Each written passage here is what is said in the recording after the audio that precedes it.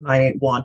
We're streaming live as well up on our YouTube channel, Smooth 981 FM Lagos. Good morning, Rotus, and good morning, Fisayo. Hey, good morning. Good morning, Zibby. Good morning, Fisayo. Good morning, Good Lagos. morning, Rotus. Great being here. Good morning, everyone. Good morning, Lagos. All right.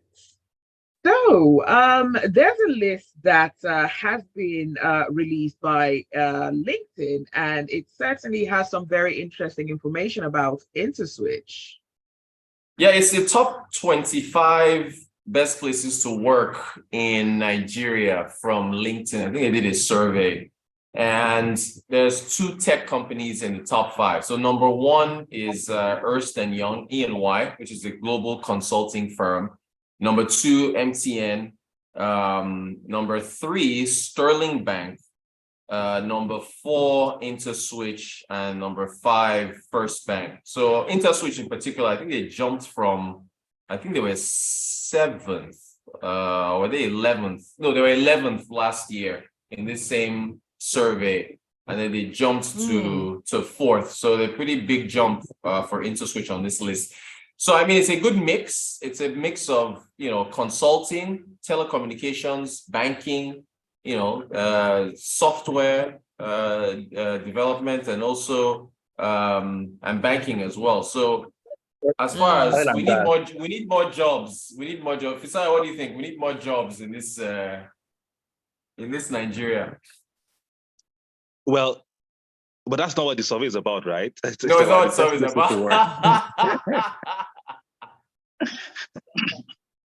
No, the best place to work. And I think that one of the biggest measure is, I saw things around setting up their employees for long-term success.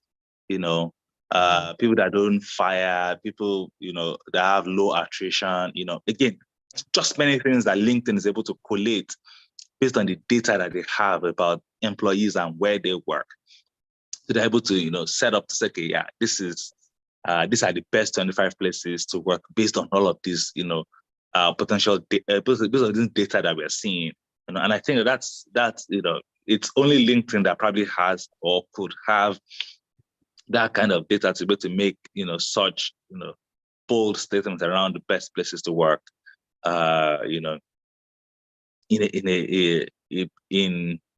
a country. And of course, they don't just do it for Nigeria, they do it for, I saw South Africa, just across different places. And of course, but that being said, it also doesn't, I don't think it takes into consideration that there might be maybe just one witch somewhere in one department that, that particular witch terrorizes the people in their own department alone, which doesn't reflect on the overall organization. Again, so for those people working, maybe they're on their way to work today now, and they hear their company as one of the best places to work, and they're like, no, not my department, right? So it doesn't take care of some of those specific issues, but on a general note, right? On, to see career progression of employees, to see that these employees have been there for a long time, to see that these people are set up for longer term successes. You feel that generally these companies are the best places to work. And of course, they talk about starting your careers, and of course, they mentioned InterSwitch, which is, sponsors, here. It's particularly interesting to see that, yeah, that is happening. And of course, we'll continue to, get more people to pay attention to their employees, and then of course, prioritize their long-term success over just the short-term gains. So just interesting to see, just nice to see, essentially. So let's move on to Twitter and the lack of the blue verification tick. Yeah, so Tony Elumelu, who is the chair of Harris Holdings, chair of Transcorp, chair at UBA, United Bank of Africa, he put out a tweet saying, "I woke up to see that my verification tick has disappeared." Voila. So no, but Twitter Blue sent out a notification on the 19th. They were like, by April the 20th, we are removing legacy verified check marks and it says to remain verified on Twitter, individuals can sign up for Twitter Blue and you gotta pay the $8 a month. I think the equivalent here annually for Nigeria is like 55,000 a year. And I think Halle Berry, if I should have shared you Halle Berry's tweet, Halle Berry tweeted a video of her appearing on a late show where she was waving hi to everybody. And so she was like, this is how I'm showing up unverified tomorrow. You know, and then she put out, I don't know if you guys watched the Dexter's Laboratory, that's Yeah, cartoon. I remember. Yeah, so there's a picture of Dexter. I think a girl dumped him or so. So he's holding his heart and he's placing his finger on the wall where her picture is. And so, but Halle Berry removed the girl's picture and put Twitter blue there as if her heart was. So I mean, she was being sarcastic that she didn't care, you know. But no, Elon Musk is really serious about this revenue thing. The only issue is, you know, I guess anyone can get verified now. Fisayo, what do you make of the Twitter, you know, the Twitter blue moving forward with the $8 a month? I mean, Uncle Tony should not do like that now. I mean, he's not the one that just paid about $1 billion to buy more shares of Transcorp. He just did that recently. So, I mean, 50K, yeah, come on. You can do it. He can do it, right? So he shouldn't be making himself look like he's a common man like many of us, right? You know, so he should go and just pay his $50K. I mean, 50K naira. I mean, even if it's $50K, Tony can pay for it. Like, I mean, come on, you know. Abi? So while I recognize that, yes, you know, is complaining about the fact that his check mark is gone, you know, to get it back is he doesn't even have to pay for it. His PA can pay for it on his behalf, so he should have to be grateful. Anyways, but that said, there have been just issues around, rather than just the general hand-waving around, you know, many celebrities and of course some of the sports children involved in this conversation, right? I think that first we need to, I mean, my thought is that I don't think that verification should cost $8 a month for anybody, right? So again, I disagree with Elon Musk's revenue strategy on this particular matter. A lot of time, verification is done once so that we know who you are or who that is, and people can pay for that one-off, right?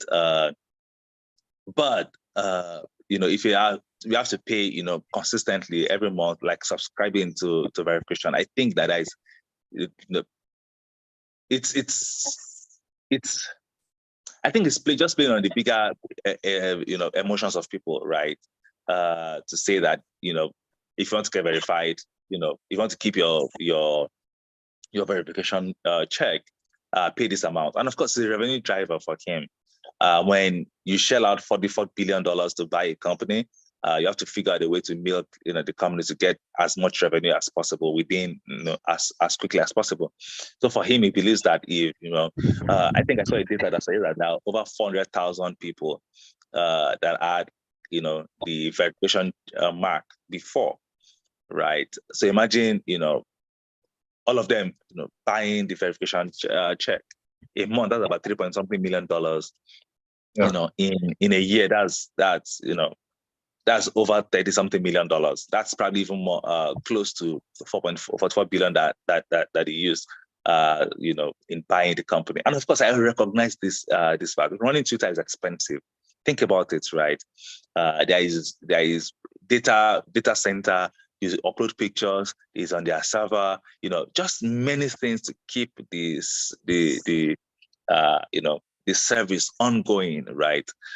So for me, I think that while I recognize the need to make some money to drive revenues, I think that this is probably not the best way to think about it, you know, at least from a verification perspective, right? You can do a verification thing and people pay a single amount one-off for verification so that we know that, yes, they are verified once and for all.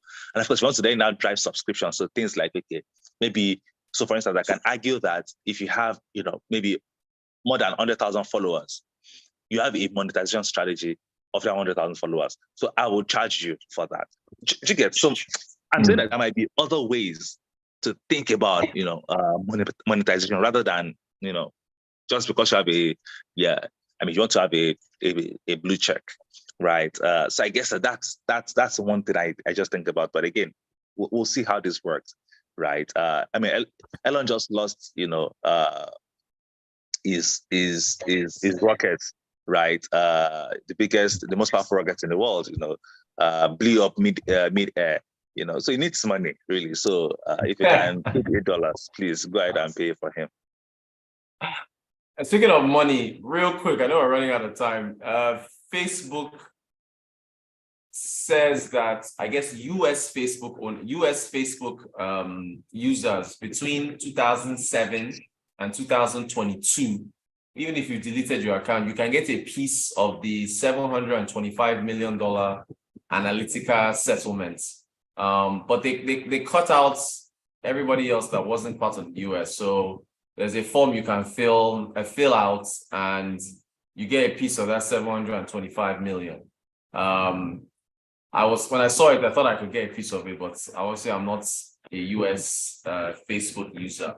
But what do you make of that? I know we're almost out of time, so briefly, if you can. It's what it is, right? The courts had passed the judgment against them. I just want to compare that with other judgments against Facebook in other countries. So I know that I think Kenya had told them, had fined them with some amount. I'm not sure Facebook is interested or is having it or is even talking about it or recognizing the liability at all, right? So if they want to keep on working in the US, you have to pay the fine. But in Kenya, they're like, okay, where's that country in the map again? So it's just what it is. So I guess I don't know. It's what it is. If you want to get your money collected from Facebook, you get that. But again, if I think about the population of the US, about 300 something million people, and then they're sharing over $700,000. That's about maybe $725 million. $725 million. Yeah, that's about $2 on average. So if I say that maybe 100 million or 150 million adults use Facebook in the US, or let's say 200 million adults use it. Okay, that's like about $4 per pop. That will do something to. I mean, that won't do anything really, to anyone. If your minimum wage is $15 per hour, getting $4 from Facebook doesn't change your life in any way. So, it's what it is. All right, I've got a message from Goke. Goke says makes more sense for the verification check to be yearly if they are really serious about revenue. Okay. Okay, we're out of time. Yes, we're out of time, but we can keep the conversation going on social media. We're at Smooth981 FM, and you can also tag at Aremo Fisayo and Rotan Quote. That's Rotan KWOT. Thanks for listening. Thanks for your messages. Yeah, go ahead. It's Smooth getting verified. It's Smooth getting verified. We'll take that up with the digital media team. Okay. All right. Thank you for joining and have a brilliant day.